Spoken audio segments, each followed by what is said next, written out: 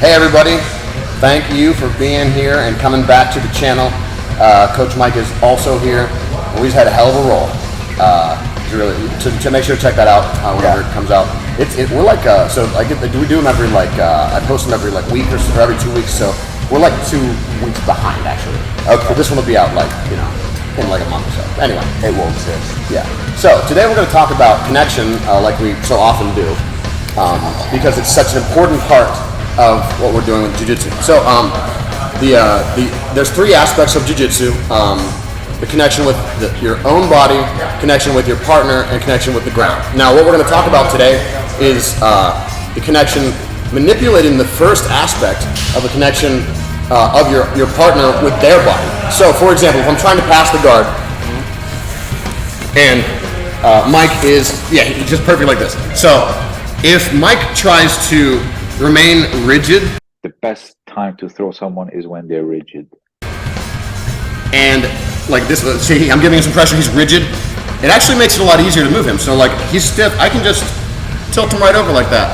Now, if he's not as rigid, if he's kind of liquidy, then it's much more difficult. He can maintain, there you go. Like he can maintain more of a better connection with me because he's not so stiff. So if I can cause him to give me this reaction where I want him to be stiff for a minute, that's when I can move him. So it's a really simple concept. I don't think we need to go super deep into it. Mike, any comments? What do you think about that?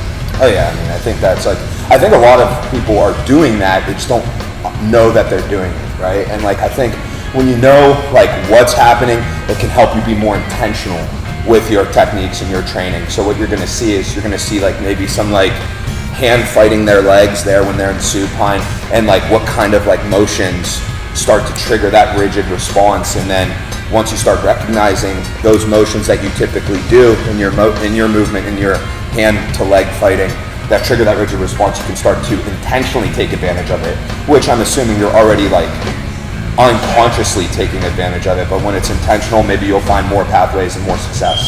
Absolutely. So take that idea, chew it on over, spit it out in the comments, let us know what you think. Check out the Radical store, subscribe, hit the bell so you know when we post a new video. Big thanks to the General for being here once again, and come down and train.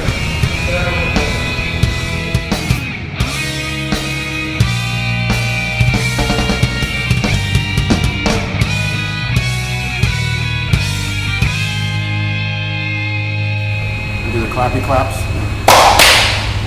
A, B, C, D, E, F. Cool beans. Ooh.